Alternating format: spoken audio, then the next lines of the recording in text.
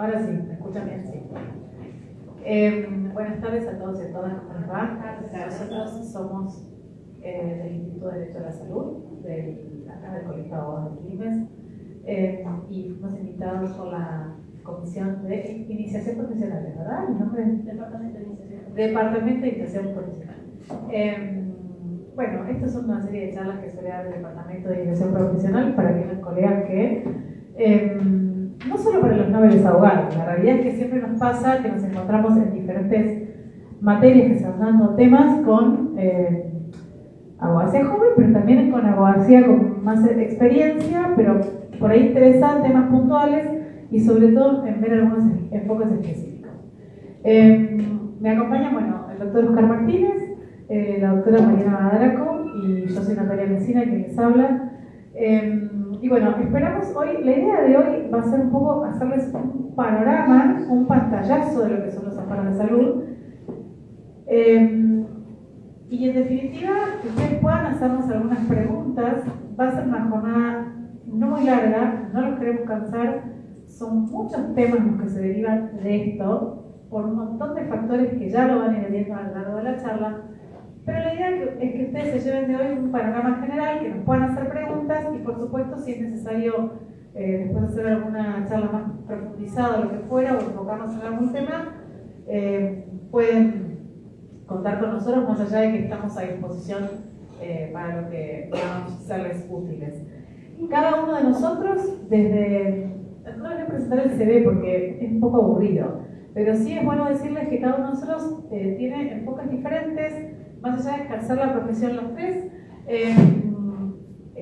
a nosotros nos toca estar en la gestión con Mariana de la salud en diferentes ámbitos.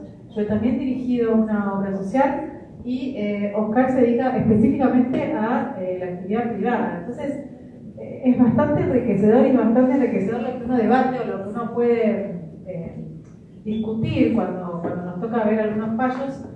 Sí, ¿no me escuchan? Perdón, ahí estamos, disculpen. Temas de ajustes, porque estamos transmitiendo en Instagram y en Zoom, y bueno, el Zoom lo están manejando las chicas allá y nosotros de acá estamos manejando les explico a los presentes, perdón, estamos manejando de acá las diapositivas. Saludo y saludamos de nuevo entonces a las personas que están detrás de la cámara. Mariana Badraco y Natalia Messina. Nosotros somos del Instituto de Derecho a la Salud del Colegio de Abogados de Quilmes y en este momento estamos acá invitados por el Departamento de Iniciación Profesional, que es un departamento que justamente lo que hace durante todo el año armar charlas de temas puntuales y que están dirigidas, si bien están dirigidas para jóvenes y para noveles, también, digamos, todo el mundo puede venir a escucharlas, se dan temas bastante interesantes, se pueden tocar aspectos actuales y la verdad es que es enriquecedor siempre estar presente, así que les agradecemos la invitación. Les decía también un poco que nosotros tres, que somos del instituto, cada uno tiene un enfoque y trabaja en cosas diferentes y tiene diferente experiencia a lo largo de lo que es la profesión y específicamente en lo que tiene que ver con el derecho a la salud, el bioderecho, y bueno, algunos aspectos también de gestión que nos dan también un poquito más de herramientas para poder contarles un poco desde las diferentes miradas qué es esto de los amparos de salud, ¿no? Entonces, un poco para entrar en el tema, vamos a ir distribuyéndonos el micrófono un poquito porque así no lo hacemos tan estanco, exacto. Tenemos que hablar con micrófono porque si no, no nos escuchan del Instagram. Si no, el auditorio está bueno, pero nos obliga a tener este aparatito acá. ¿Nos escuchan bien desde el Zoom? ¿Sí? Bueno. Estamos, entonces, les decía, la idea es un poco que tengamos un panorama general y tratamos de... ¿Se pasó? Oh, no. Ahí pasa. La idea era darles un pantallazo y que ustedes puedan preguntar. No sé quién nos puede ayudar después si hay alguna pregunta por Zoom, alguno de ustedes, por ahí vos, Julia, se nos da una mano. Es muy importante, por eso les decía, vamos a dividirlo como en en tres aspectos fundamentales. Una, lo que es el sistema de salud en general y cómo se compone, es una de las primeras cosas que a nosotros se nos presentan cuando tenemos que tomar la decisión de ver, primero de elegir qué acción entablar. Después, un poco Mariana nos va a ver aspectos que tienen que ver con el derecho a la salud en general, convenciones internacionales, y Oscar un poco más en lo procesal. Si llegamos, vamos a ver algunos casos, y si no, vamos a dejar un espacio de preguntas que también es enriquecedor. ¿Por qué es importante saber en dónde estamos situados como abogados y abogadas a la hora de defender derechos de nuestros representados? Porque Argentina tiene una particularidad que es un sistema de salud que tiene un montón de características complejas, pero sobre todo tiene muchos prestadores de salud, muchos financiadores, diferentes actores que son los encargados o los responsables primarios de dar o de brindar esa prestación, ese medicamento, afiliar, porque hay muchos temas de afiliación,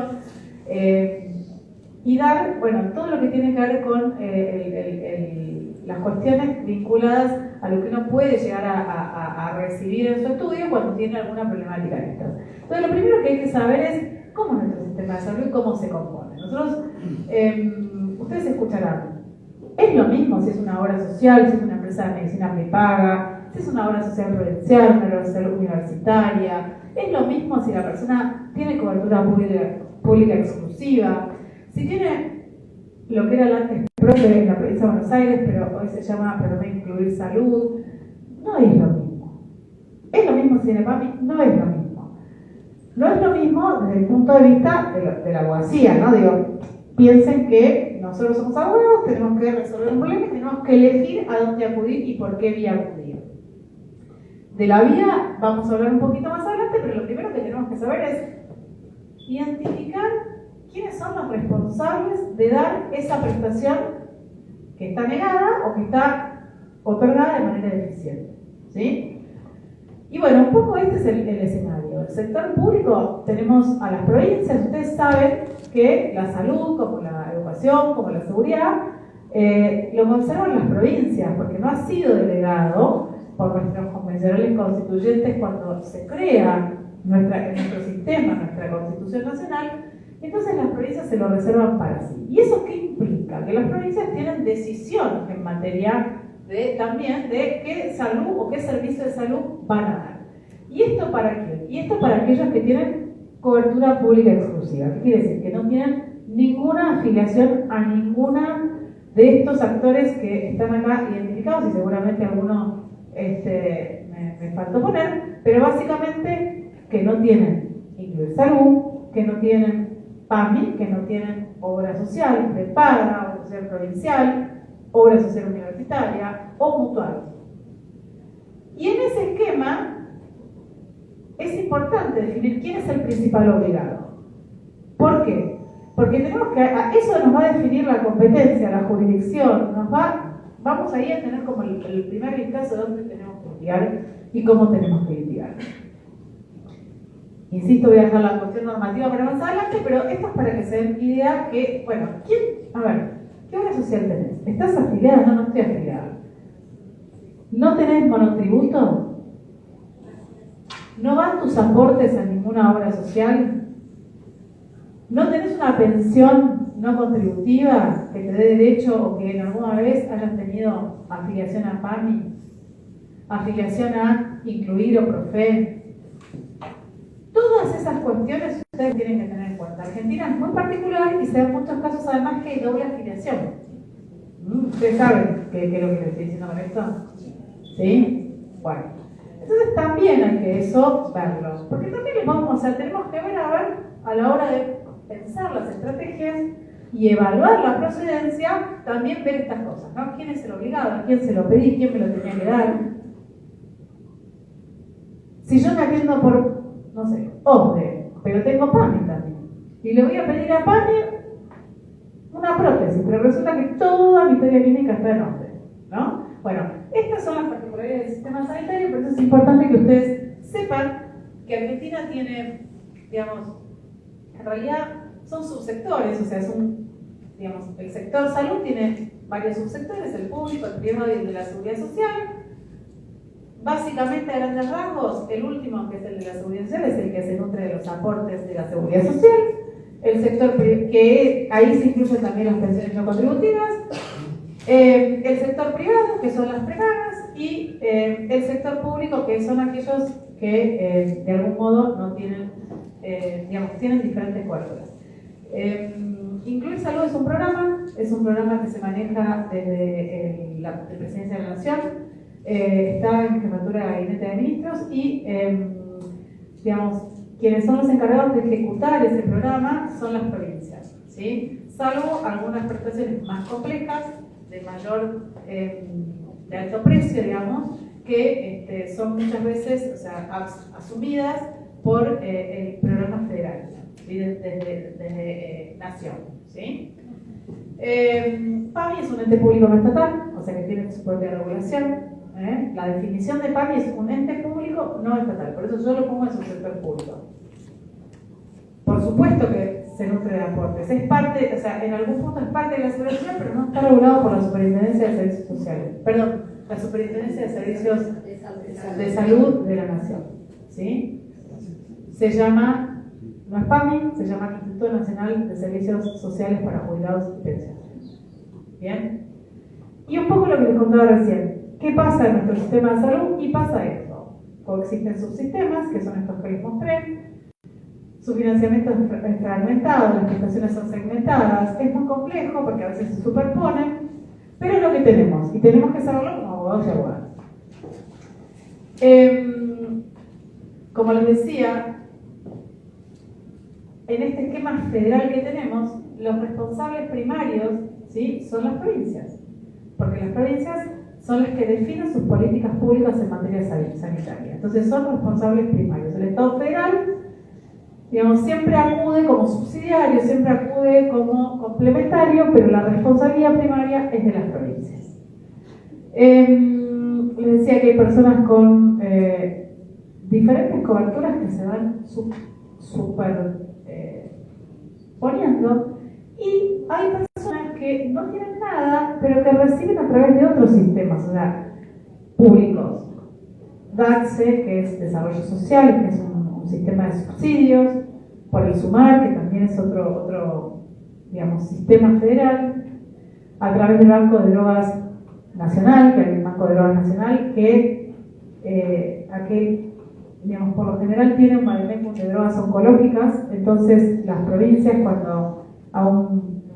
Sí, y como les decía, hay personas que no tienen ninguna cobertura y que el Estado federal, a través de diferentes programas, le da cobertura, como puede ser a través del Ministerio de Desarrollo Social, cuando aún la provincia no puede o no tiene la prestación o el medicamento o el insumo que se le esté requiriendo, acude al Ministerio de Desarrollo Social a través de un subsidio específico, y previa una auditoría que ahí se otorga o no lo que están solicitando.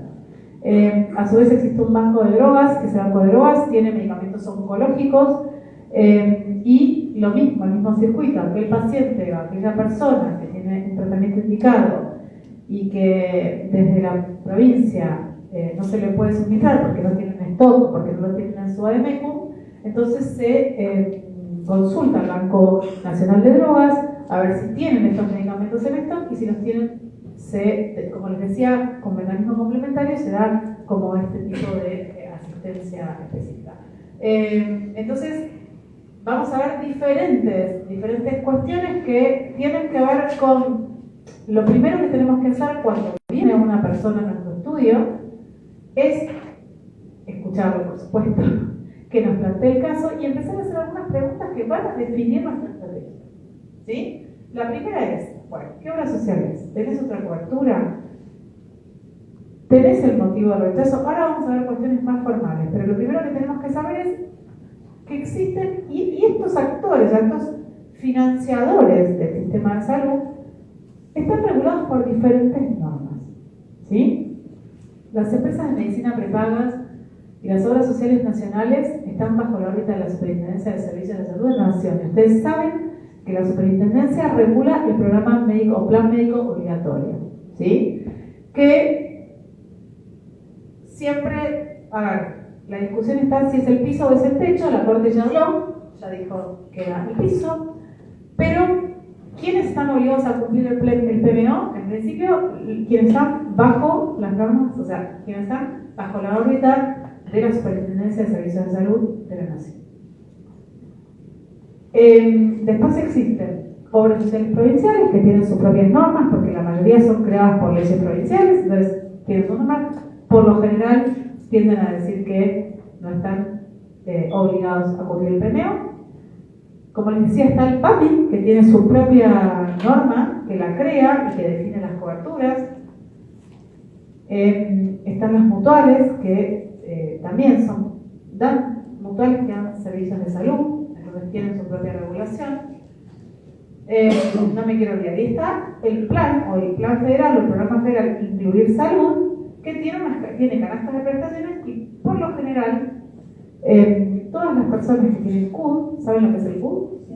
Bien, yo les digo términos para que se vayan. Todas las personas que tienen certificado único de discapacidad y que acceden a una pensión no contributiva tienen automáticamente ese beneficio. Entonces, presta, digamos, hace las veces de una cobertura de salud. Creo que no me olvidé de nada y ya le voy a dar lugar a. Sí, y corre acá, Maru, así. Viene Maru y arranca con aspectos de fondo. Bueno, ¿qué tal? Buenas tardes. Bueno, como de acuerdo a lo que ya estuvo hablando Nati, vivimos con varios subsistemas en lo que respecta a materia de salud. Lo que voy a tratar es básicamente poder definir cuando hablamos de derechos de salud y la normativa aplicable, como bien dijo Nati, con estos diversos sistemas que tenemos en materia de salud. Primero deberíamos determinar qué es el derecho a la salud, ¿no? Como derecho a salud entendemos que es todo el bienestar de la persona general, físico, mental y social, digamos, donde el Estado debe garantizar como derecho tutelado, ¿no?, al acceso del mismo. El derecho a la salud se encuentra como derecho implícitamente consagrado en el artículo 33 de la Constitución Nacional,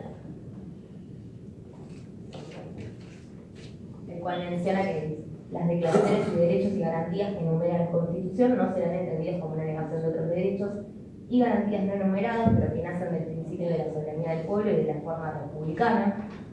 O sea, implícitamente ahí se encuentra, mencionábamos, el derecho a la salud se encuentra implícito en el artículo 33 de la Constitución Nacional. A su vez, cuando hablamos en el artículo 33, volvemos a mencionar el mismo, donde habla de las declaraciones de derechos y garantías que enumera la Constitución, no serán entendidos como negación de otros derechos, y garantías no enumeradas, pero que nacen del principio de la soberanía del pueblo y de la forma republicana de gobierno. Como lo que mencionaba antes, implícitamente se está reconociendo el derecho a la salud en el artículo 33. Obviamente tenemos que entender que el derecho de la salud es un derecho de jerarquía constitucional, no solamente porque se encuentra reconocido implícitamente en el artículo 33, sino por estar inscrito en los diversos tratados internacionales con jerarquía constitucional. Y cuando hablamos de acción de amparo, básicamente podemos mencionarlo, que es una vía, digamos, de las herramientas procesales más eficaces, ¿no?, que tienen en defensa la salubridad en general. Es una metodología, obviamente, como un remedio subsidiario en materia de la salud. Con respecto al amparo, tenemos que tener en consideración que se encuentra regulado en el artículo 43 de la Constitución Nacional, en el primer párrafo, donde menciona que toda persona puede interponer una acción expedita, rápida de amparo, siempre que no exista otro medio judicial más idóneo, contra todo acto o omisión de autoridades públicas o particulares que en forma actual o eminente lesiones, restrinja, altere o amenace.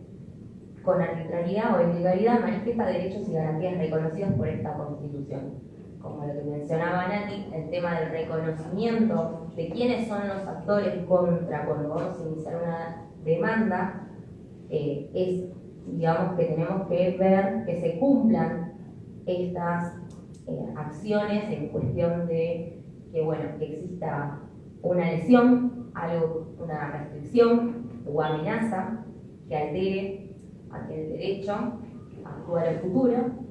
También podemos mencionar con respecto a los actores, básicamente para generar el tema de la competencia, tenemos que reconocer que el derecho al amparo se encuentra regulado en el artículo 43 de la Constitución Nacional.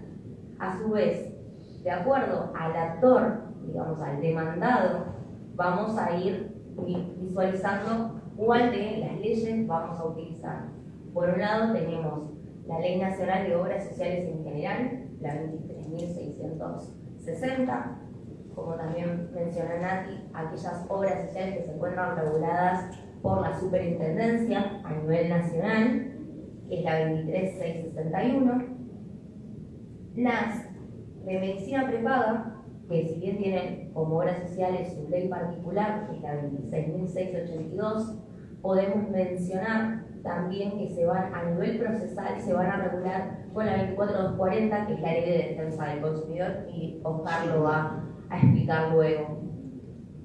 Ley provincial, en este caso, a través de PAMI, que como dijo Nati, tiene su propia normativa a través de la 19.032, y en el caso de la provincia de Buenos Aires, nosotros tenemos acá una obra provincial que es IOMA, que tiene su propia ley, que es la 6.862.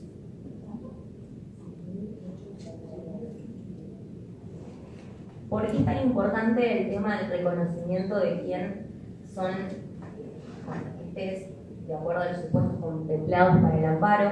Tiene que existir una lesión, ya sea en el derecho a la salud, una restricción, esto es la negativa de una medicina o un tipo de tratamiento, de acuerdo a la problemática de salud que presente, en este caso, el actor, una alteración, digamos, amenaza que vea el peligro de alguna afectación, digamos, en su tratamiento o en el otorgamiento de su medicación, y bueno, arbitrariedad manifiesta.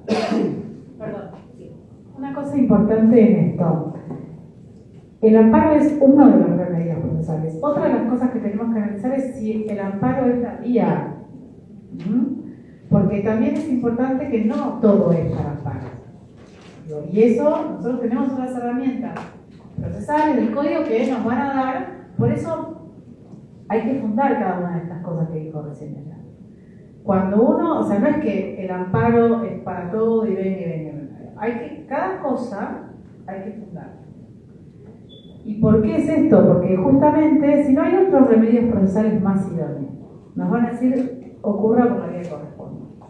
¿Sí? Por eso, bueno, ya después él se va a meter más en lo procesal, pero estos aspectos que ella decía bien, tienen que ser analizados a la hora. A ver, no hay lesión, hay amenaza de cortar un tratamiento bueno, es viable. Cada cosa tiene que ser encuadrada y sobre todo que no exista un medio más idóneo. En correlación con lo que decía Nati, pues, la utilización como medio más idóneo, hay que recordar que antes de iniciar la vía de amparo se debe agotar la vía administrativa en cada uno de los casos, siempre a través de una carta de documento, a través de la Superintendencia de Salud. Digamos, hay unos pasos previos antes de la vía judicial por medio del amparo. Con respecto a esto, obviamente, de las leyes que le mencionaba, de determinados actores, es importante porque para reconocer el tema de la competencia. Cuando hablamos que vamos a demandar al Estado Nacional, en el caso de obras sociales que estén bajo la Superintendencia de Salud, toda la vía va a ser a través de la vía federal. Luego, en el caso de IOMA, por ejemplo, o un estado provincial, ahí va a ser bajo la jurisdicción de los juzgados provinciales, y en el caso, como se lo mencionaba, En el caso de las obras sociales, van a tener la competencia dentro de la jurisdicción local, en este caso dentro de lo que es la provincia de Buenos Aires, al iniciarse acá en el caso de Quilmes, y a su vez van a estar regulados a través de lo que es la materia de defensa del consumidor. Entonces, cuando nosotros hacemos o vemos viable un amparo a través, por ejemplo, el organismo de PAMI, en el caso de PAMI vamos a tener que iniciar a través de los juzgados federales. En relación a esto, a nivel estadístico, sí, no, un poco les quise mostrar que esto que decía ella es cómo, o sea, la Superintendencia tiene un registro de 2016, ¿no? Que fue actualizado ahora hace poquito y nos tiene algunos datos que para mí son interesantes. Vamos tirando cosas porque hay muchos temas, pero fíjense, tienen 23.139 amparos activos, solo Superintendencia, que dijimos obras sociales y prepagas, ¿sí? De esos, bueno, en trámite 18.000, pero fíjense que 17.000 son por motivos generales, que llaman ellos, y 5.600 por discapacidad. ¿Alguno de ustedes, si querés pasar, alguno de ustedes se le ocurre por qué los de discapacidad se separan? Por el Fondo Sur, en realidad, tiene que ver con el sistema de reintegros que reciben las obras sociales y las empresas de medicina prepaga en cuanto a todo lo que se gasta en personas con discapacidad. Bien, bien. Y aparte, ¿qué tienen las personas con discapacidad respecto de otros? Una persona que tiene un certificado único de discapacidad. Es el mismo, o sea, tiene el No, accede a la normativa científica y a las prestaciones de la ley 24.000. Muy bien. Y eso diferencia, ese es otro de los aspectos que tener en cuenta.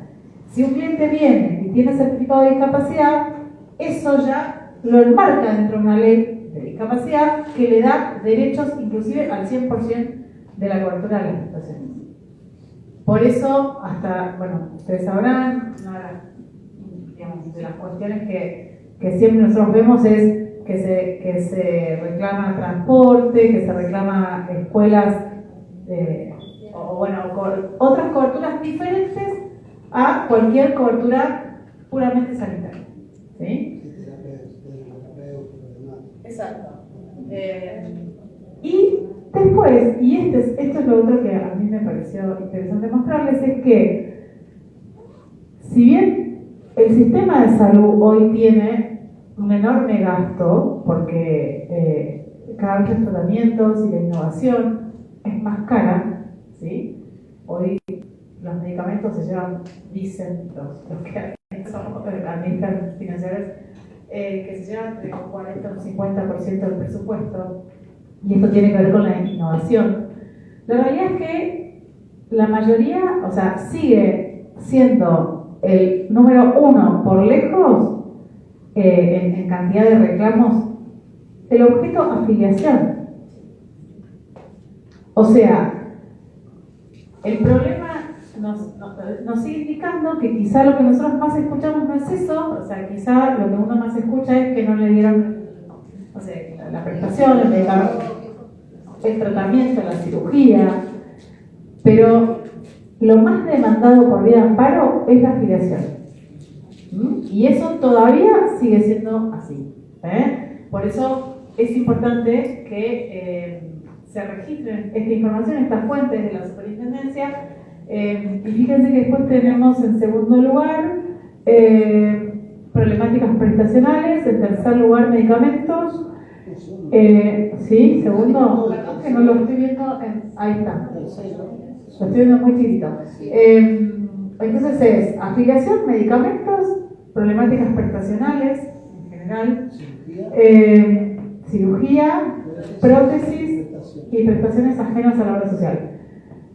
Ahora, esto no quiere decir que esto sea lo que mayor impacto, o sea, que en este mismo orden sea lo de mayor impacto presupuestario, o sea, lo que más carga económica y financiera le genera el sistema de salud. No. Estamos hablando de objeto, ¿sí? No de mayor gasto, digamos, o mayor inversión, sino estamos hablando de objeto de la demanda. sigue siendo el problema de afiliación, les digo porque ustedes seguramente, si se dedican, quieren dedicar a esto como incumbencia, les van a llegar casos en donde les dicen que o no los quieren afiliar o no los dejan continuar con su obra social o, bueno, un montón de problemáticas que se derivan de eso. Perdón, Mari, que te interrumpí. Bueno, como mencionaba Nati, después pasamos a Jimena, acá tenemos el marco normativo, hay el artículo 43 de la Constitución Nacional, el artículo 25 explícitamente del Pacto de San José de Costa Rica, la ley 1986, donde hace la regulación de todo lo que es la ley de amparo, en el caso de la 13.928, dentro de lo que es el procedimiento en la provincia de Buenos Aires, y la ley 2145 en Cabo. Con relación al tema de la competencia, como lo mencionábamos antes, en el caso de demandados a nivel nacional, la misma va a ser regulada por la normativa 16986, en cuestión del procedimiento, que regula el tema de amparo, en donde en el artículo 4 se menciona lo que es la competencia. La competencia de los jueces para entender un amparo federal se encuentra en el regulador número 4, según el cual será competente para conocer la acción de amparo el juez de primera instancia con jurisdicción en el lugar, en el acto que se exteriorice o tuviera o pudiera tener efecto. Esto es en el caso a nivel nacional. En el caso de la ley de provincia, nos vamos a regular por la 13, como le mencionaba, la 928, le hacía acercar la 928, de donde se encuentra regulada en el artículo 20. Y a su vez, lo que podemos mencionar en referencia y ya pasamos al tema de los plazos, al cual Oscar lo va a explicar ahora en la parte de procedimientos, pero podemos decir que los plazos son acotados, digamos, hay términos dentro de plazos de 48 horas, no hay un plazo de gracia, como en el caso que reconocemos, son plazos que se van contando de horas y días hábiles e inhábiles, se van computando de manera consecutiva, pero bueno, esa la parte procesal ya la va a explicar más Oscar por casos puntuales, así no vamos mezclando. Bien, yo para reforzar antes de lo procesal, decirles que, como dijo ella, está implícitamente en la Constitución, pero está en los tratados internacionales suscritos por nuestro país. Con lo cual, la Corte así ha interpretado el derecho a la salud como un derecho humano. ¿Sí? Como un derecho humano. Eso hoy ya casi ni se discute. Casi no, eso ya no se discute. Después lo que se discuten son otras cosas. Si la prestación está bien, si la indicación está mal, eso después lo vamos a charlar en el intercambio. Pero es un derecho humano fundamental y que está vinculado con todos los demás derechos, con el derecho a la vida, con el derecho a la alimentación. Bueno, entonces, digo, esto tengamos bien claro. Nosotros hoy lo que quisimos más profundizar en las cuestiones procesales, cómo tienen que presentar una demanda, cómo deben, pero todo el plexo normativo constitucional lo van a encontrar repetido al hartazgo en todos los fallos. Siguiendo un poquito con lo que estaba delineando la doctora Mesina y la doctora Badraco, lo que están hablando del tema del reconocimiento internacional que tiene el derecho a salud, si bien surge como derecho humano, después se plasma también en el Pacto Internacional de Derechos Económicos y Sociales y Culturales. De hecho, el artículo 43 es netamente operativo, pues si bien la ley 16986, que es un decreto del año 1966, un decreto de facto, entre comillas, no contempla cuando se restringe la violación del derecho es por parte de un particular, solamente prevé cuando la violación es por parte de la autoridad pública, entre comillas. Así, ya he esbozado un poquito el camino que siguieron ellas, les quiero hablar un poco más que nada de la parte procesal o una vez delineado quién va a ser el legitimado pasivo para encarar la demanda. Una de las cosas más importantes, si no la condición sine qua non que hay que tener es la sustentabilidad que tienen que tener los certificados en la historia clínica que vamos a presentar en el expediente ¿Para qué? Para poder motivar al juez la fundamentación necesaria para que nos dé la medida cautelar que nosotros estamos pretendiendo, porque si no lo dejamos falto de sustento. Es decir, si yo no le arrimo al juzgador los elementos de convicción para que me dé la medida cautelar, ¿Vas a pedir un amparo por cautelar? Te pregunto porque no se lo contaron. Bueno, es una opción también. Claro. Es una opción. Podemos Es no decir, pedirla. sí, tal cual. Obviamente, podés no pedir, pero técnica, por lo menos lo que yo trato de hacer es, yo siempre comparo los juicios como si uno fuera un electricista que tiene que ir a trabajar al campo. Si no lleva la pinza, el cablecito, el cúter, si te olvidaste algo en tu casa, perdiste. Un juicio es lo mismo, es decir, yo tengo que tener los dos bolsos preparados con todos los elementos que tengo que utilizar. Los tengo que utilizar, los saco y los uso. Testigos, periciales, medida cautelar, bueno, ir con todo. Y normativa lo mismo, es decir, buscar los antecedentes, investigar qué es lo que de alguna forma a mí me va a dar el poder de poder torcer esa realidad que está viviendo mi cliente. La legislación actual, investigaciones de internet, porque uno está ajeno, derecho de defensa del consumidor como usuario, como potencial usuario también, como tercero expuesto en una relación de consumo. ¿Quién puede firmar una demanda como legitimado activo? ¿Solamente el que está padeciendo el daño o los familiares? Y si está inconsciente, ¿quién lo firma? ¿El médico? Si está solo, bueno, todas esas preguntas tienen respuesta en los libros y generalmente los antecedentes jurisprudenciales. Hay médicos que han firmado amparo de salud por inconsciencia, familiares directos también, es decir, que no solamente la cabeza de familia o quien es el aportante principal lo puede llevar adelante, sino también todo su grupo familiar. Y reiterando un poquito yo, si tengo que recomendar algo es el asesoramiento profesional de algún médico que tengan al lado de ustedes, que le den sustento suficiente como para poder otorgar a su cliente lo que está buscando. Y también para que lo ayuden en los puntos periciales que uno tiene que elaborar al momento de ingresar la demanda. Fuera de eso, después la norma ve, bueno, cada norma, por ejemplo, no sé, en la 16986 prevé un plazo de caducidad de 15 días, desde que el hecho ocurre o la denegación del acto está plasmada. Algunos están hablando de que, bueno, hay jurisprudencia que le da la razón y hay jurisprudencia que no, porque 15 días es un plazo muy corto o 15 días es un plazo muy largo. Si estamos hablando de algo que tiene que ser inminente y urgente, ¿por qué 15 días es corto? ¿O por qué 15 días es mucho? Entonces, uno tiene que hacer la petición sustentado, obviamente, en antecedentes jurisprudenciales que den la razón, si va después de los 15 días y si es antes de los 15 días no hay problema. En cambio, en provincia de Buenos Aires este plazo es de 30. Entonces, veremos que, por ejemplo, en la provincia de Buenos Aires y Nación hay una diferencia. ¿Y por qué? Es otro país, son un puente que lo separan. Pero bueno, eso pasa también con las tasas, ¿no? La capital de las tasas en activa en provincia de Suiza. Bueno, no importa. Pero bueno, es un poquito lo que uno tiene que vislumbrar cuando tiene sentado un cliente potencial en una acción de amparo.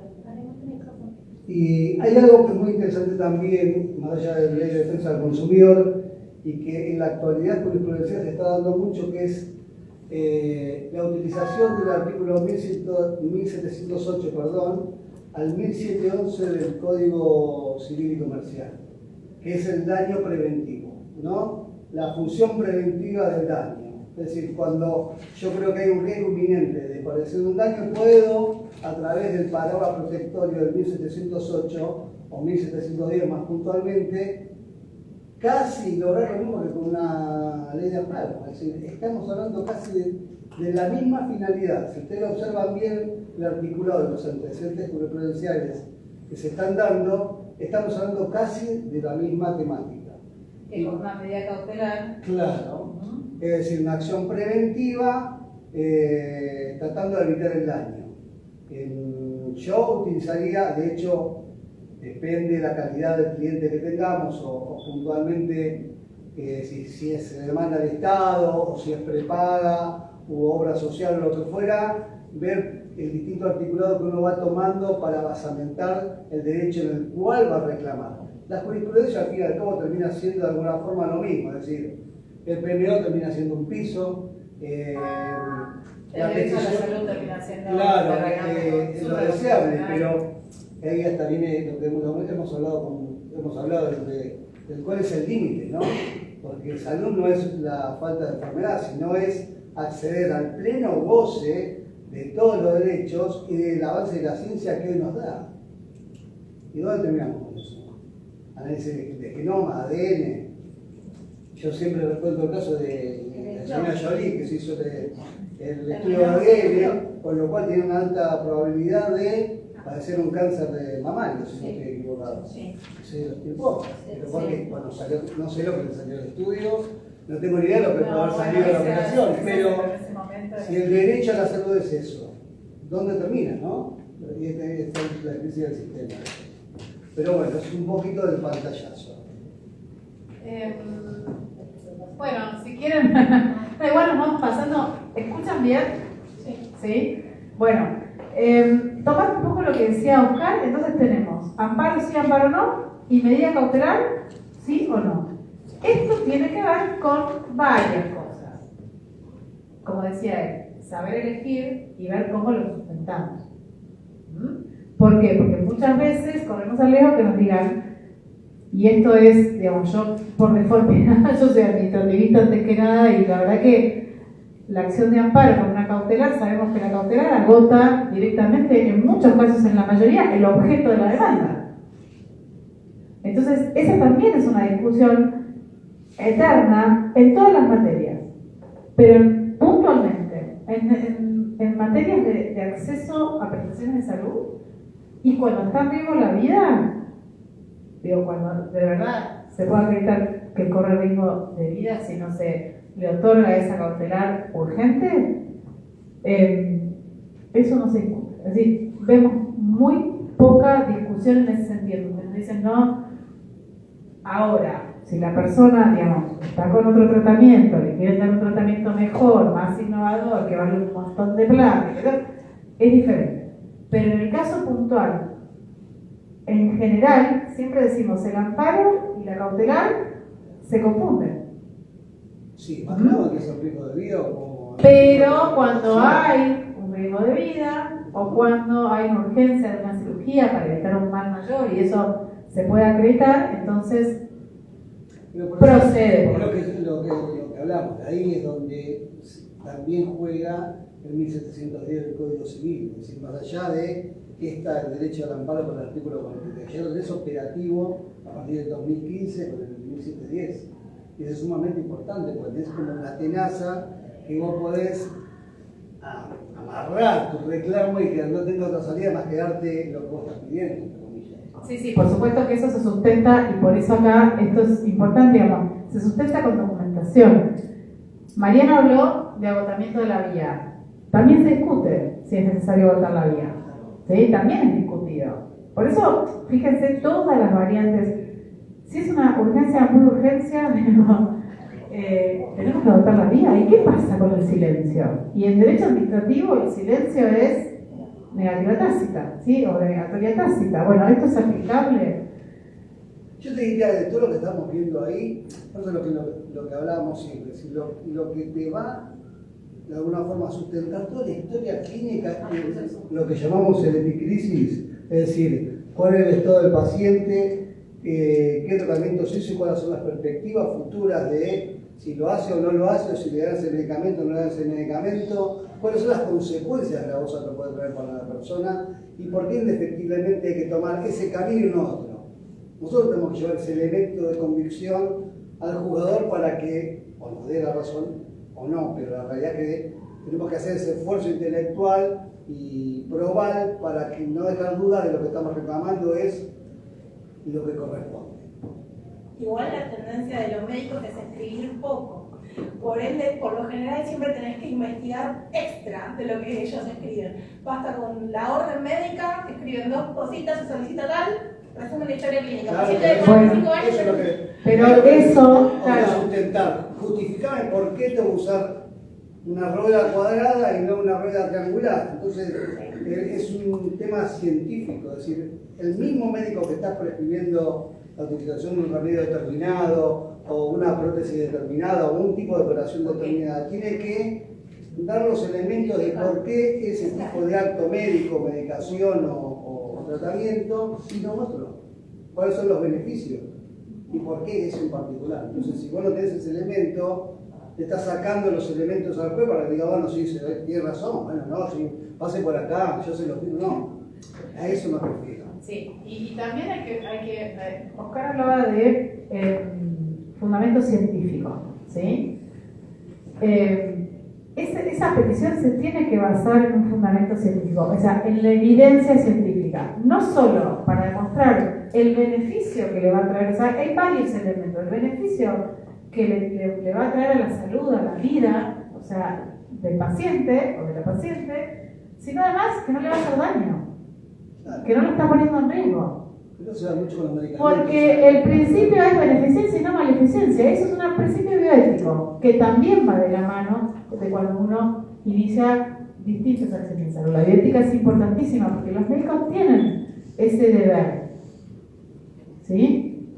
Ese deber de, digamos, beneficiar y no hacerle mal al paciente con lo que le están indicando. Entonces, vos hablabas de una prescripción así nomás y qué sé yo. La verdad es que una prescripción así nomás depende, o sea, una prescripción así nomás para un amparo es complejo. O sea, si te están denegando una silla de ruedas, sí.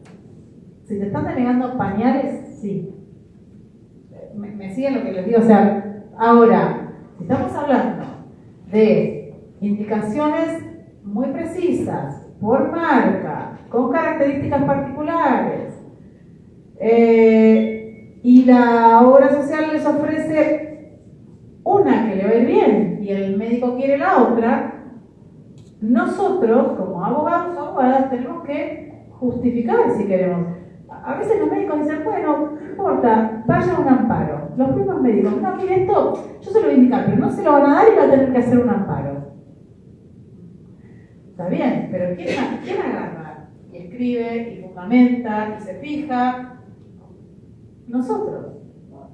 No es que nosotros con la media prescripción médica, porque la obra social, elemento que miren, documentación necesaria, respuesta negativa. Supónganse que no te da una respuesta negativa, la obra social. Te dice, mira, vos estás en tratamiento, tomas este medicamento, esto es primera línea de tratamiento o segunda línea, porque la primera no te hizo nada, está conforme a los protocolos o los consensos.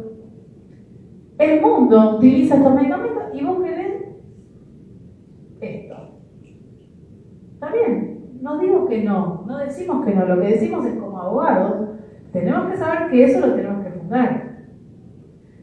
Porque nosotros, o sea, saben que nuestras obligaciones no son de resultados para los clientes, o sea, no le podemos garantizar que le vamos a sacar la cautelar o que le vamos a dar todo, por más que la jurisprudencia nos ayude, en general, cada caso es diferente.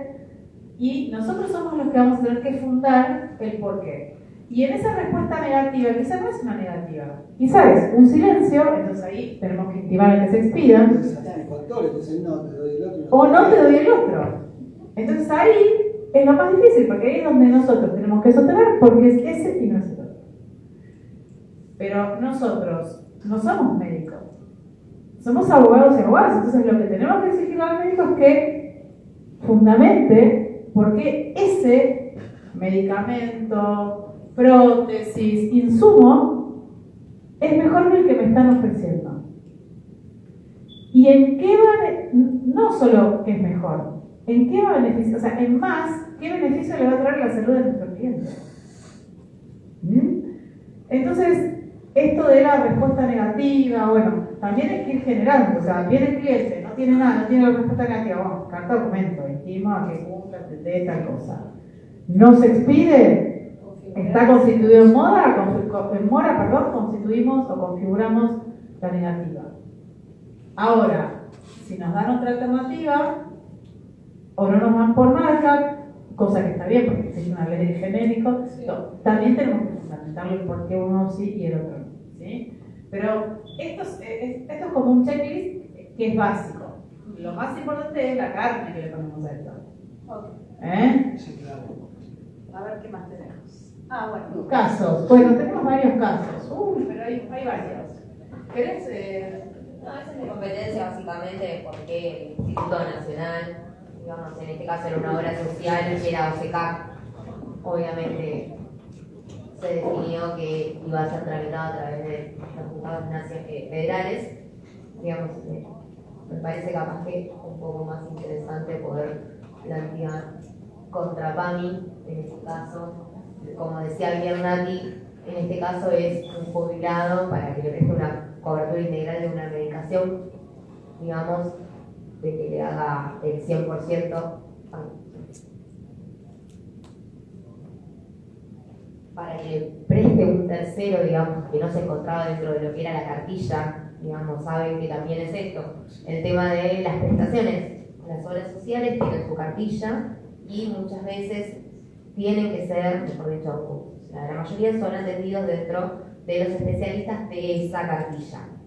En este caso era un abuelo que necesitaba la atención en otro establecimiento, entonces estaba pendiente a ver si PAMI o no le cubría la atención en otro prestador que no correspondía.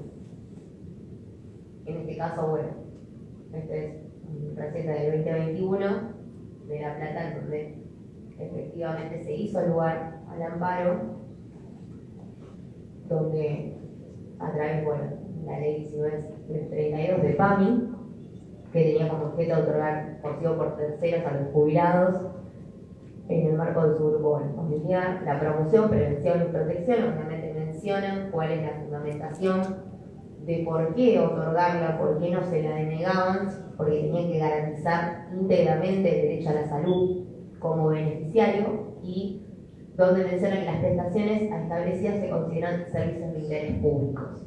Obviamente hablando siempre de la recuperación, rehabilitación. Este era un abuelo que necesitaba una rehabilitación, un tratamiento fuera de las prestadoras de la cartilla. Entonces, en este caso el juzgado federal reconoció y aprobó el amparo bajo la argumentación de que es un derecho, como se mencionaba, derecho constitucional, y obviamente que se encuentra amparado y que se debería garantizar. Con lo que mencionaba mucho Nati, tiene que ver también con esto de las prestaciones. En el ámbito público nos ocurre, a nivel nacional también, que vienen los pacientes o familiares a querer iniciar amparos con la terminología de la propia prescripción, porque el médico me solicita una prótesis o un medicamento. Como mencionaba Nati, tiene que ser justificado. Dentro de lo que es la administración pública existen varios programas en los cuales el banco de drogas oncológicos, en el caso de prótesis dentro de lo que es la provincia de Buenos Aires, nosotros en este caso tenemos, digamos, a nivel nacional y provincial, varios recursos para acceder a lo que son prótesis o medicamentos, y incluso medicamentos de alto costo. No, claro, y PAMI además tiene bancos de prótesis, es decir, PAMI ¿qué hace? Para comprar mejor, más eficiente y para dar respuesta rápida, o sea, para que una persona no tenga que estar esperando que le llegue el stent o la prótesis o lo que fuera, la prótesis de cadera, la típica. Hay insumos que son más requeridos siempre, pero esto pasa en muchas ORCs. Muchas ORCs, digamos, que tienen muchas veces insumos para poder dar respuesta rápida, porque si no son días de internación. En este caso la tercera edad se deteriora y entonces se da esto de que el médico muchas veces no acepta la prótesis que da el prestador. Por lo general nosotros vamos a ver este tipo de fallos, ¿no? Fallos que condenan siempre al prestador, pero no todos los fallos son favorables, digamos, nosotros tenemos fallos favorables diferentes para que lo vean, pero no vamos a ver todos los fallos favorables si no lo fundamos bien. Hay un bagaje de jurisprudencia que es bastante rica y que en función de lo que nosotros tengamos que ir a reclamar, tenemos que ir a buscar. Este es un fallo en donde ordenan una prepaga, cubrir el total de un medicamento, la Cámara Federal consideró que la cobertura parcial haría de cumplimiento imposible la cautelar solicitada. debido a que por el alto costo del medicamento de la afiliada no se puede asumir la diferencia. El juzgado de primera instancia ordena a ODE cubrir en un 70%, ¿sí? Y el 30% a la actora. Vamos a ver muchos casos de estos en los cuales cuando las coberturas son de muy alto precio y, digamos, exceden, por ahí o son innovadores o exceden a veces la cobertura, o en el caso, por ejemplo, vamos a ver muchos casos en que se demanda a la obra social o a la prepaga o a las dos, si tiene de las dos, para que cumpla alguna, y subsidiariamente al Estado Nacional o a la Superintendencia o al Estado Provincial. Esto, como dijo Oscar, cada uno va a analizar todas las herramientas que tiene la valija para ver a quién demanda. No todos los casos son iguales, no les podemos dar una receta. Lo que sí ustedes, por ejemplo, en este caso ordena, en este caso es raro, yo, o sea, no lo vi muchas veces, ordena que parte de esa cobertura la suman de bolsillo, ¿sí? El paciente. Hay diferentes tipos de cobertura para medicamentos, al 40, al 70, que es un crónico, al 100, bueno, depende qué tipo de tratamientos sean. Lo cierto es que hay medicamentos que cuestan un montón de dinero y que el afiliado no lo puede cubrir de su bolsillo. Yo sé que esa medida es ineficaz, porque no puede ir a pagar y por ende no puede cubrir el tratamiento, ¿sí? Bueno, pero se ven estas cosas también. Entonces, esto hace que esa orden que dio el juez, en realidad, tratando de preservar o proteger el derecho a la salud, no se pueda cumplir, ¿sí? ¿Cómo? Fíjate que se apeló y después la Cámara le dio la cobertura del 100%. No, bueno, por eso digo, pero fíjense por qué se revisa, porque no es que no se otorga la cautelar, se otorga, pero no termina cumpliendo el fin para el que la primera instancia entendió, porque la primera instancia no dice no te corresponde, no es un derecho, la primera instancia dice, bueno, una parte y una parte, pero no puedo porque yo no la puedo pagar.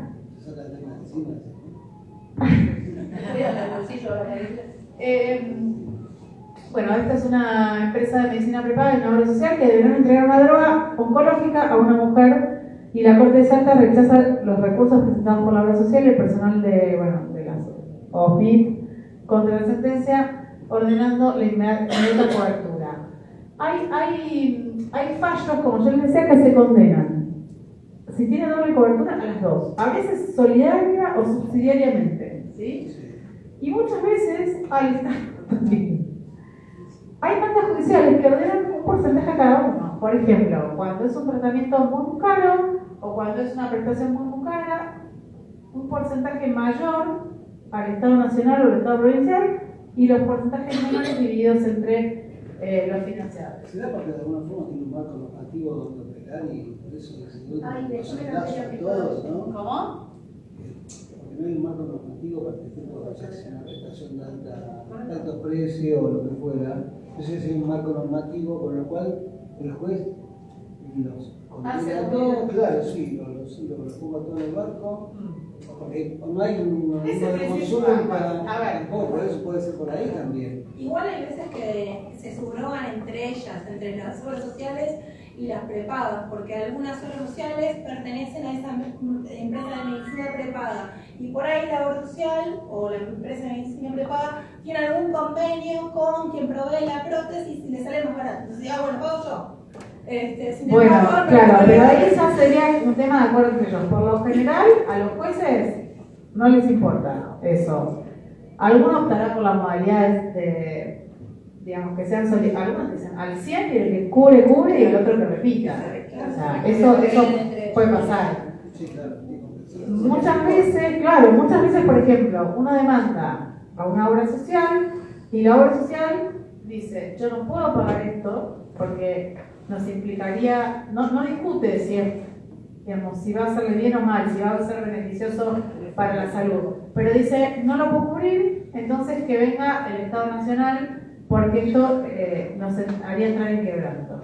Nunca un juez, nunca una corte, nunca una cámara van a rechazar per se un amparo porque sea muy costoso lo que se está pidiendo, ¿sí?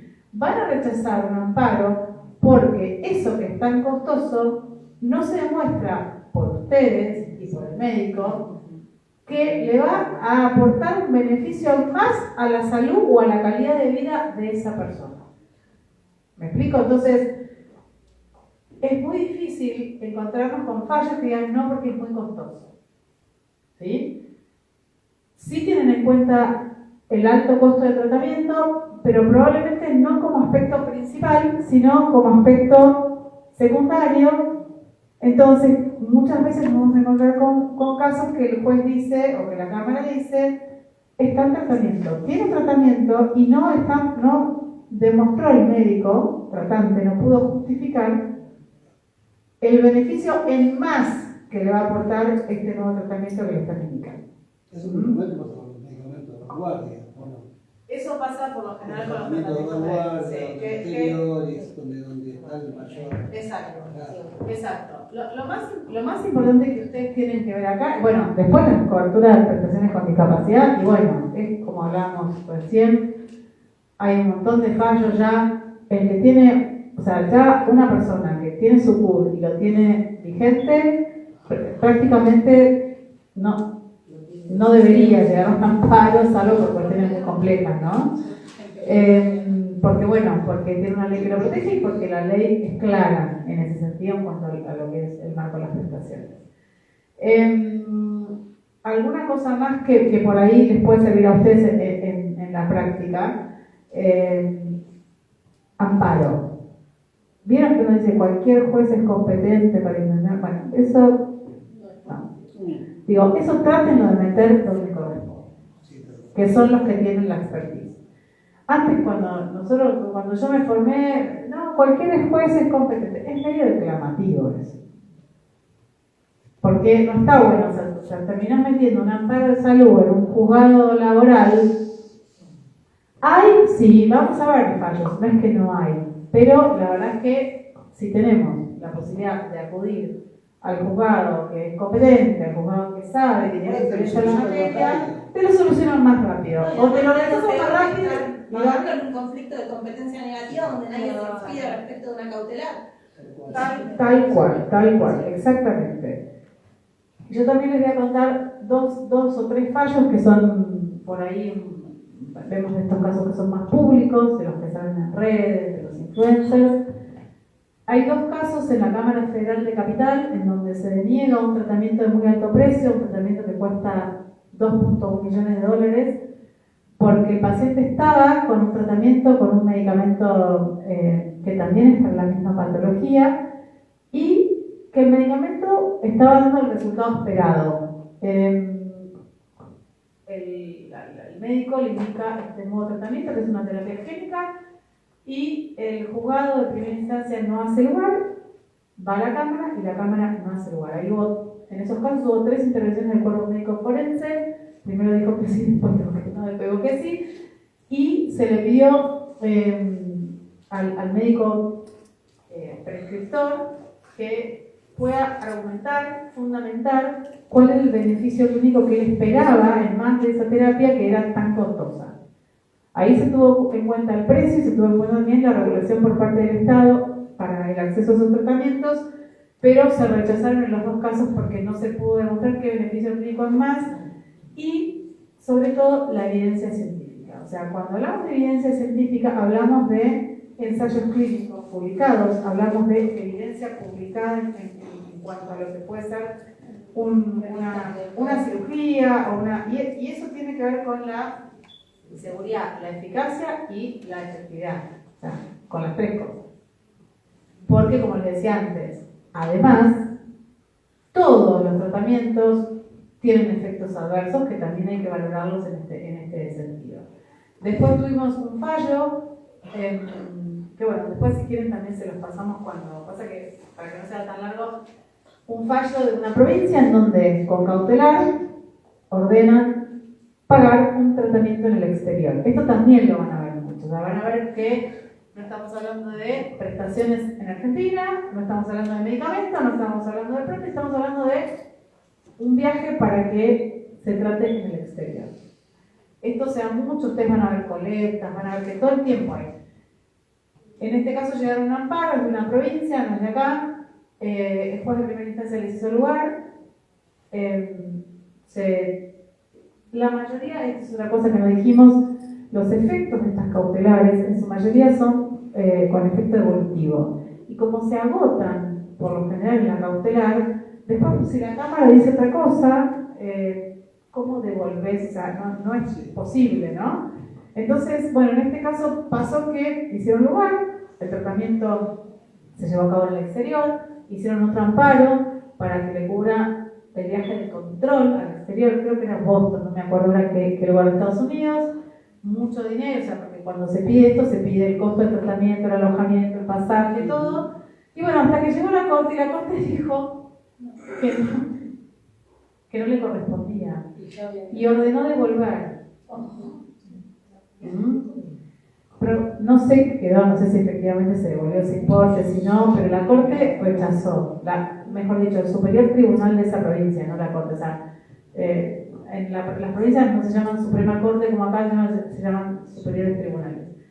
Y dijo que no, porque ya el amparo es de acotada prueba. ¿Sí? Imagínense una cautelar. Imagínense un juez que alguien le dice que si no ocurre esto te vas a morir. O se va a morir mi hijo. Hay que ponerse también en el lugar de la gente y de los jueces que a la hora que tienen que resolver. Y la realidad es que después fue mucho peor. Porque en Argentina había y estaban las condiciones dadas para que se haga el mismo tratamiento o la misma cirugía o el mismo trasplante, ¿verdad? Y sin embargo tuvo que ocurrir al Superior Tribunal, se ganó la cuestión de fondo y ese fue un caso que la verdad que fue muy, muy paradigmático porque, bueno, claro, ya están. Ahora, ¿cómo haces? O sea, ¿quién se va a atrever a ejecutarle a una familia en esas condiciones esas cifras de dinero, no? Por eso la responsabilidad también del juzgador de realmente merituar todo lo que nosotros representamos y nuestra cuando tomamos los casos, de fundar bien los casos y poder lograr así una sentencia que realmente, una cautelar que realmente le sirva y que realmente le cambie la calidad de vida a las personas y realmente pueda beneficiarlos en su salud, ¿no? Así que bueno, creo que con esto estamos. Yo no sé si les parece alguna pregunta. El chat me parece que está estallado. Vamos a dejar de compartir. Preguntas del chat. Preguntas del chat. Uy, hay que nos pase con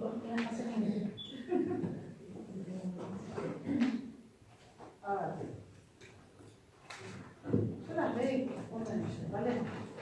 En caso de que un afiliado familiar quiera inscribirse en monotributo, ¿le quitan las prestaciones de la obra social privada? A ver. Ahí es doble. Es doble afiliación. A ver, yo lo que creo, en caso de que un afiliado familiar quiera inscribirse en monotributo, ¿le quitan las prestaciones de la obra social privada? No. En todo caso va a tener doble afiliación. Guarda, porque el hecho de tener un aporte a una obra social no quiere decir que no sea afiliado. Tiene que ir a afiliarse, ojo con eso también. Le van a ir los aportes a la obra social, pero si uno no va y se afilia, no va a tener trámite. En el caso de una afiliada que está por cumplir 60, ¿tiene que esperar a cumplir la edad para presentar un amparo para seguir contando con la prestación de la prepaga? ¿Prepago o por así social? Bueno, no, bueno, por eso, a mí me parece que acá, porque, claro, acá, no, pero pare. Tiene que ver con el beneficio jubilatorio. Está hablando de la prepaga, de una Es prepaga. una medicina preparada, continúa con el plan originario al momento de suscripción del contrato. Salvo que la expulse la obra social, la prepaga. No puede. Toma tu poder, pero que le pague. Claro, sí, bueno, de hecho creo que la resolución, no me acuerdo el número, si era 163 o 168 del 2011, que te tienen que mantener el mismo plan durante que tuviste los últimos 10 años de afiliación. Y no te pueden cambiar el precio por edad, entre comillas. Es decir, te tienes que tomar el precio que tenías al momento de contratar y viste que los aumentos son a través de... Y reconocerte la antigüedad. Claro, sí, pero vos podés seguir con la prepaga, obviamente pagando, pero no te tienen que aumentar por estar jubilada ni jubilado. Puedes tener las dos obras sociales, puedes tener PAN y la prepaga Porque son dos cosas distintas. Claro, obviamente, pero no tiene ni por qué aumentarse. De hecho, tiene que ser con el mismo plan que tenías antiguamente. A ver, qué lindas preguntas, me encanta el nivel. Sí, los artículos científicos publicados en otros idiomas sirven como prueba. ¿Hay alguna formalidad? ¿Se requiere traducción legalizada? Sí. Sí, hay que tratar. Yo digo la verdad, yo lo traduciría. La otra es hacer que un perito, como dijo Oscar, nos haga un informe y cite esa evidencia. Exacto. La solvencia del informe extranjero tiene que estar refrendada por un profesional médico nacional o eventualmente a través de un colegio de médicos conforme a la especialidad que uno está buscando. Sí, también podríamos pedirle a un médico, a un perito que sepa, o un experto que sepa, que nos haga un informe médico en donde cite esas, digamos, como evidencia científica, ¿sí? Evalúe la tecnología, o evalúe la prótesis o lo que fuera, y que cite la fuente donde lo sacó. Pero la verdad que sí, nosotros le aportamos, la mayoría de los artículos están publicados en inglés, pero nosotros, o sea, en algún momento tuvimos que buscar hasta cosas traducidas al chino. No, y claro, porque a veces hay agencias internacionales, a ver, imagínense que publique, no sé, se publique en alemán o en ruso, hay en todos los idiomas publicados. Lo que pasa es que la mayoría de esos artículos científicos se publican también en inglés. Pero sí, lo ideal es o traducirlo, citar siempre el link, pero lo ideal sería que un médico se base en la confirmación, o sea, o nos haga, aunque sea nos haga el speech, nos arme el speech y las citas bibliográficas o de artículos científicos. ¿En qué caso es indispensable el reclamo previo ante la superintendencia? Cuando son entidades de medicina prepaga y con obra social también puede ser reclamo a la superintendencia. ¿Es obligatorio? Sí. No es obligatorio. Depende de la urgencia del caso. Es decir, si yo tengo una violación de un derecho flagrante y hay un riesgo de vida inminente, no puede dilatarse en el tiempo con una negativa de la superintendencia. Sí, la superintendencia tarda un montón, pero si vos tenés la chance de hacer la denuncia a la superintendencia, es bueno presentarlo como prueba de eficiencia, no informativa en poder tercero, que tener el resultado de ese expediente a ver cuál fue la resolución de la superintendencia. Y en el caso de discapacidad, cuando no se cumple con alguna normativa, en el caso del PUN, ¿la superintendencia es favorable? ¿Realmente se evita el amparo o otra instancia judicial? La superintendencia se expide y muchas veces las resoluciones son muy ricas, o sea, la verdad que se expide. Lo que pasa es que, bueno, a veces la urgencia que nosotros tenemos es una urgencia que no puede esperar. Entonces ahí sí, como decía Oscar, hay que valorar cada caso, pero depende de la inmediatez que nosotros necesitemos. Siempre, la superintendencia es autoridad de aplicación de las leyes, pero además es un órgano con valor, ordena y sirve para fundar una demanda, pero la realidad es que a veces no podemos esperar, ¿sí? A ver, no es un requisito administrativo previo para agotar la vía. Lo que se conoce en derecho administrativo, eso de agotar la vía, es entonces, la pregunta es, ¿no es indispensable el reclamo previo ante la superintendencia? Porque no sería como agotar la vía técnicamente como el derecho administrativo, digamos, como llegar al superior jerárquico. No es una cuestión de jerarquía. A veces sirve para fundar las demandas y a veces sirve para que la superintendencia expida o se emita alguna disposición en el caso concreto. Y nos yo lo que haría, si no, es, o lo que hacemos generalmente, es la denuncia con una carta documento. Está en el plazo, no te contestan el plazo, no hacen lo que vos pedís, vas con toda esa documentación a ingresar a la mano. Bien. Ya terminamos con esto y Natalia, preguntas.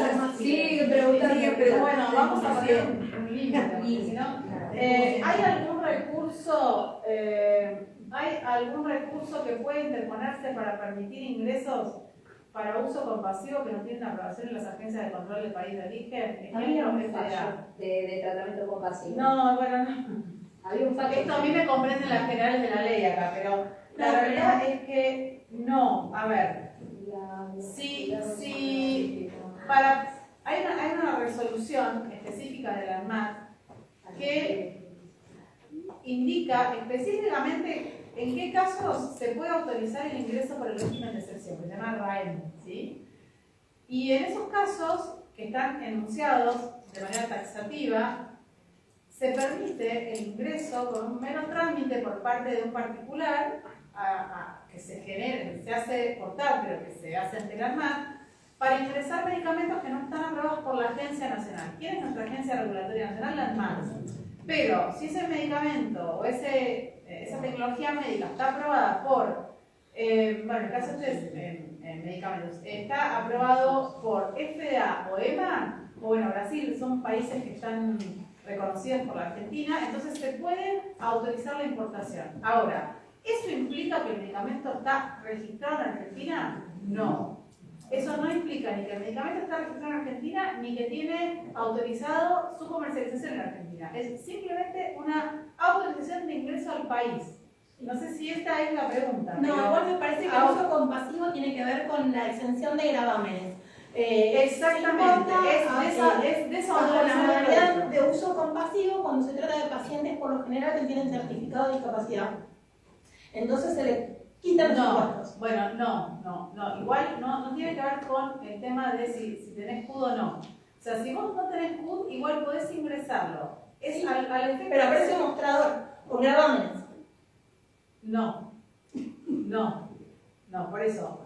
Digamos, hay que. Yo creo que la pregunta que están haciendo acá, no sé si la persona que lo puede aclarar, la persona que lo preguntó. Yo creo, acá lo que dice es, ¿hay algún recurso que puede interponerse para permitir ingresos para uso compasivo que no tienen aprobación en las agencias de control del país de origen? No. O sea, por eso digo, ejemplo fea, si no está dentro de esa norma, que ahora les voy a decir el número porque lo trabajo todo el tiempo y no me la acuerdo ahora, pero específicamente para que ingresen esos medicamentos al país, tienen que estar aprobados por alguna de las agencias reconocidas como de alta vigilancia para la Argentina.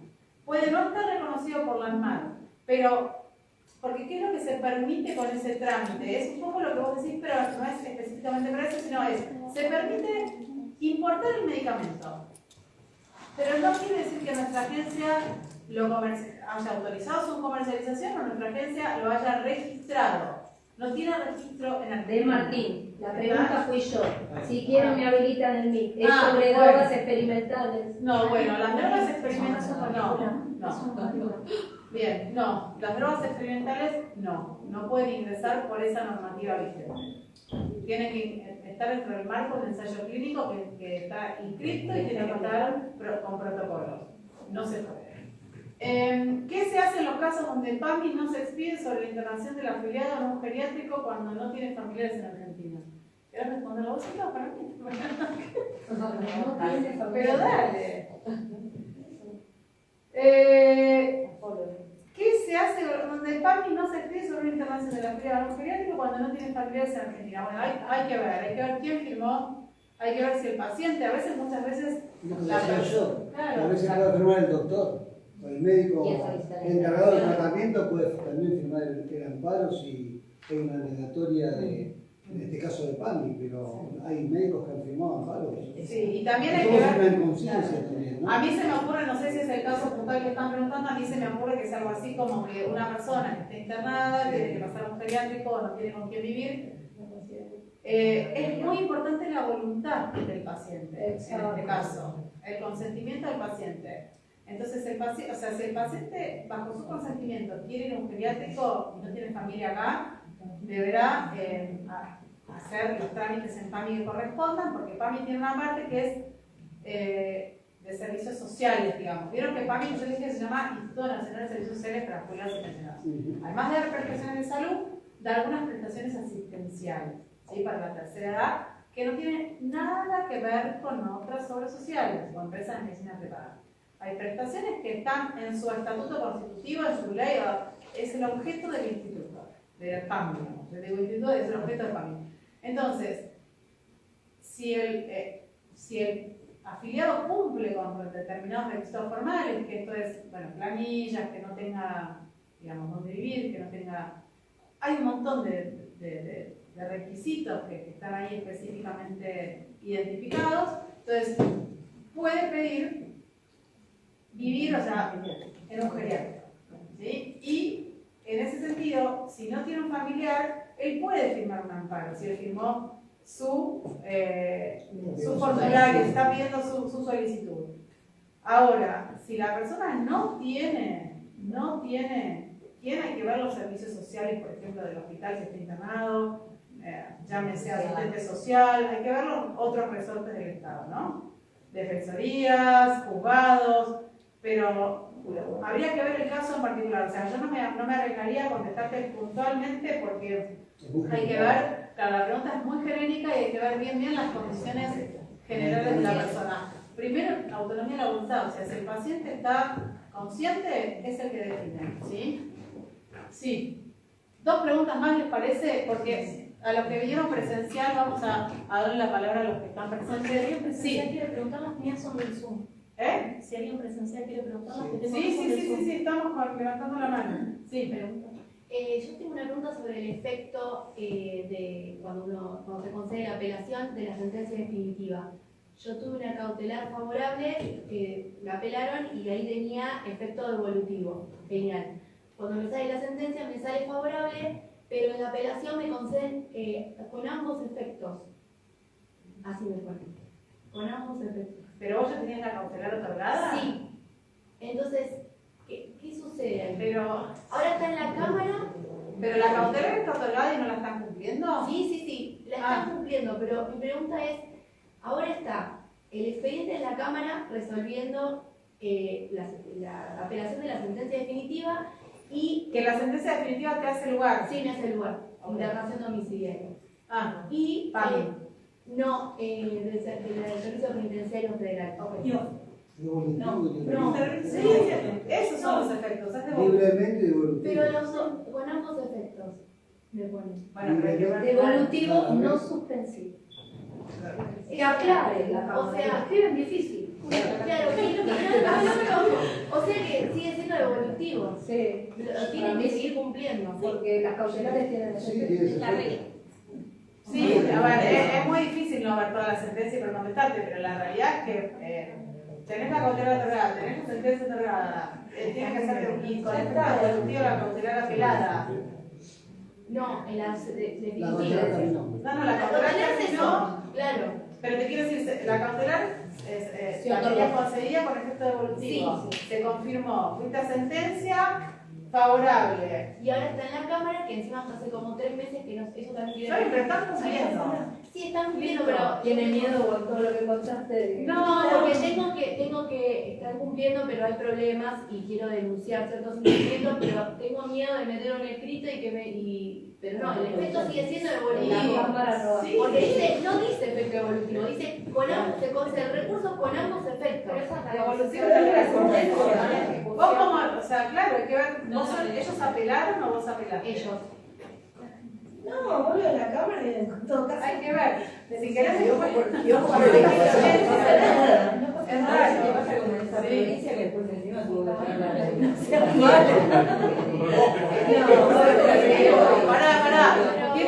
Tiene que ser devolutivo, queda tranquila. Pará, te voy a explicar una cosa, si no. Pero no entiendo por qué no ponen efecto devolutivo. Pero yo tengo una pregunta, igual, para el caso. Para el caso, vos ya la tenés concedida, entonces sea con efecto suspensivo o devolutivo, es lo mismo. Claro. Se tiene que cumplir. Haces un grito, sí. Entonces, haces un grito como a ver, claro, o sea, está concedida, digamos, está concedida la cautelar y la sentencia es favorable, sea con efecto suspensivo o devolutivo, hay que cumplir. Seamos prácticos a veces, ¿viste? Digo, y si no cumple, presenta el incumplimiento. Sí. ¿Alguien más que tiene alguna pregunta? ¿Qué hora es? 8 menos 4. ¿Alguien más? ¿Alguna pregunta? ¿Algo del chat? ¿Cuántas preguntas? A ver, 3 millones de preguntas. Me siguen preguntando. no, bueno, a ver, dejamos que vamos a leer nosotros acá y vamos a tratar de contestar lo que podemos. La entrega de leche se saca a los 3 años. A ver, Dice la ¿dónde ley estamos? de producto de leche materna.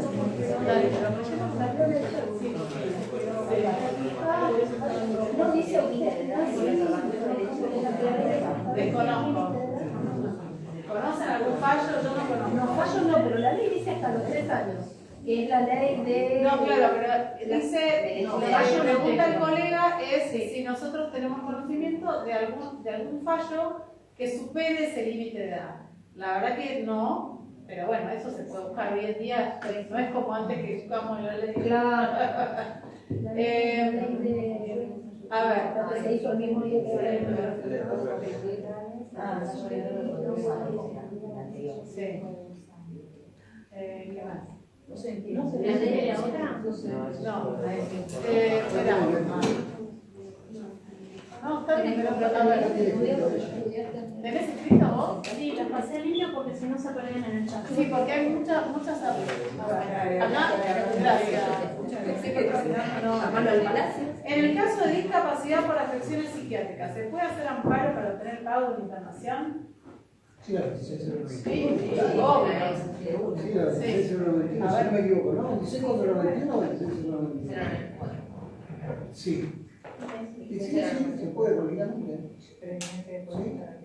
Sí, no sabemos cuál sería la duda, pero sí, se puede. ¿Cómo se hace para...? No tiene que tener una determinación de la discapacidad y firmaría... No, Claro. ¿cómo se hace para que se otorgue el PUT sin vencimiento? No se hace. No se hace. Bajo vencimiento. No hay chance. Sí hay prórrogas. No, Sí hay se modificó lo del CUT. Hay prórrogas.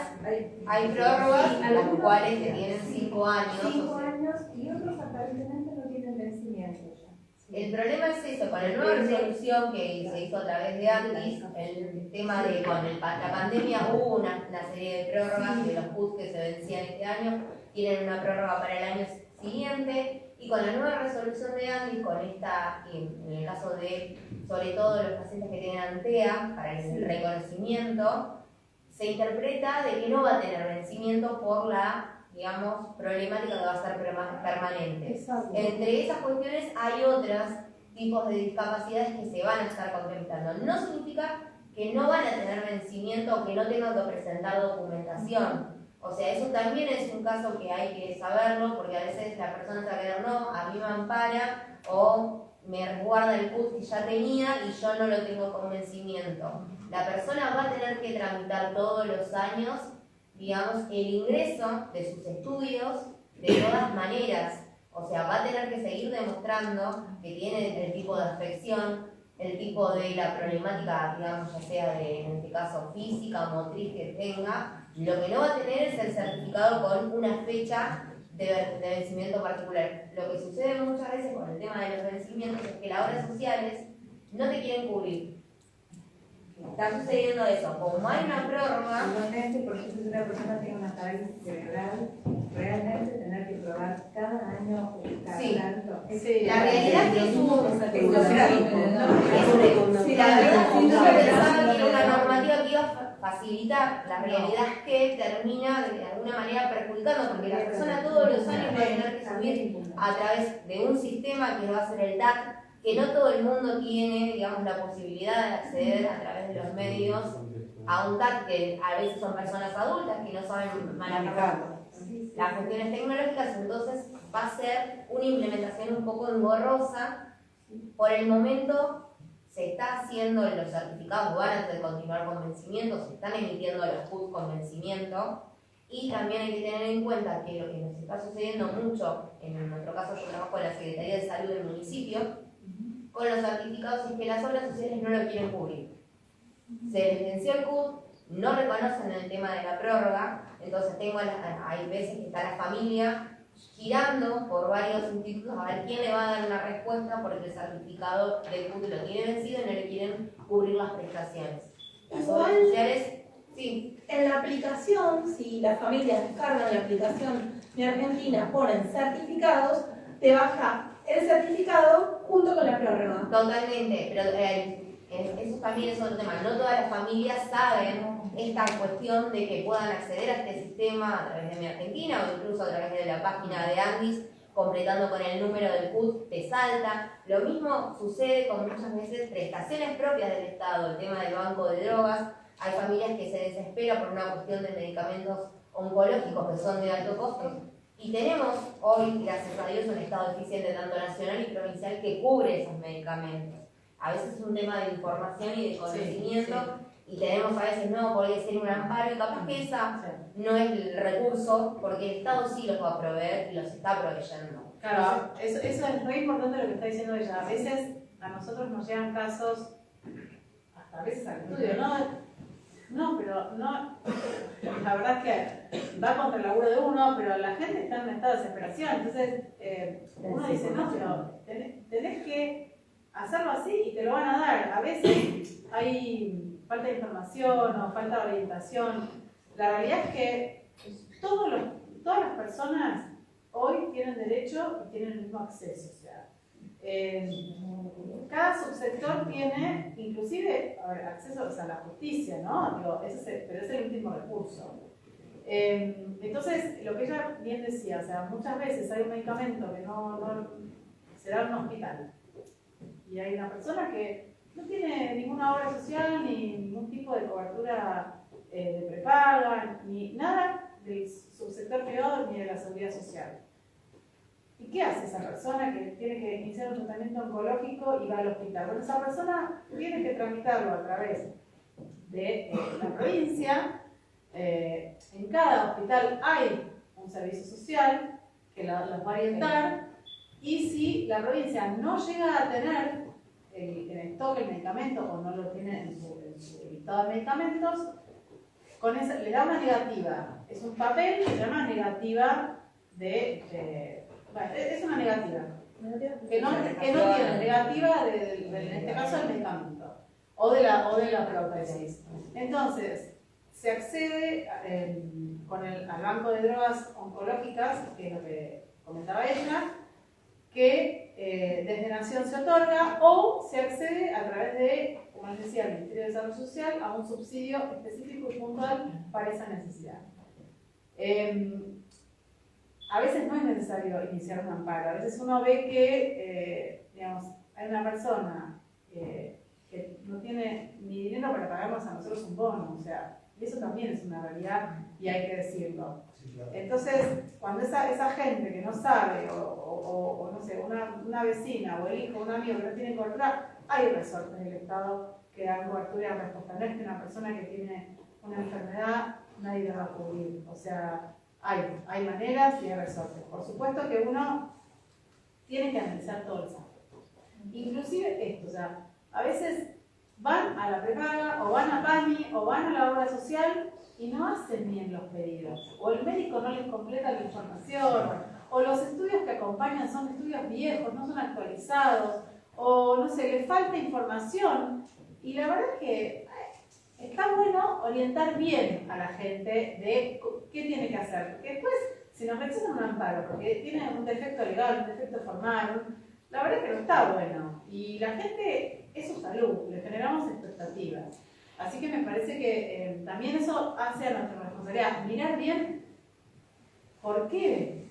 Muchas veces lo rechazan porque presentan, o sea, no tiene actualizado un estudio. Y es una pavada, y si se completa, se otorga, ¿sí? Bueno, una pregunta más y cerramos, porque así no se nos queda. Perdón los que están del otro lado, pero está el auditorio acá también. ¿Alguna pregunta más? ¿Alguno que...? Igual nada. Así es el colegio. Ustedes saben que permanentemente hacemos cursos. Si este curso tuvo éxito, haremos alguno más específico, más puntual. ¿Y por dónde va a quedar el Power? El Power se lo vamos a mandar. A este curso tenía anotados, digamos, ¿sí? Entonces los que están anotados Se lo pueden pedir al WhatsApp del y colegio. lo pueden pedir al WhatsApp del colegio, está bien. O sea, si alguno no se anotó o no, o sea, y se conectó directamente, lo pueden pedir al WhatsApp del colegio y nosotros se los vamos a pasar, ¿sí? Va a quedar un montón de información para contarles, pero podemos repetir, no hay problema. Sí, claro. ¿Sí? Bueno, ¿les parece? ¿Damos por finalizado? ¿Sí?